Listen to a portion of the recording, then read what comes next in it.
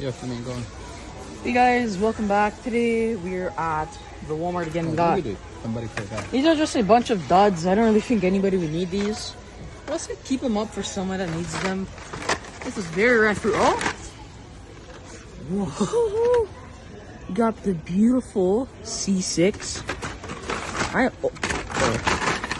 There's no way. Oh, they got the Challenger with the little stripe.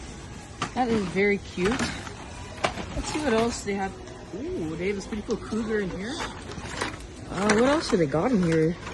There's a lot of goodies. I don't really have enough time to look at everything here. Oh, we got a premium here. Jaguar. That Ford's nothing in here really at all either. This one's empty. Here. Go Camino right here. More specialty sets. Man, this bin is very empty. Sadly. But it looks less ran through than the other ones. What did this get here?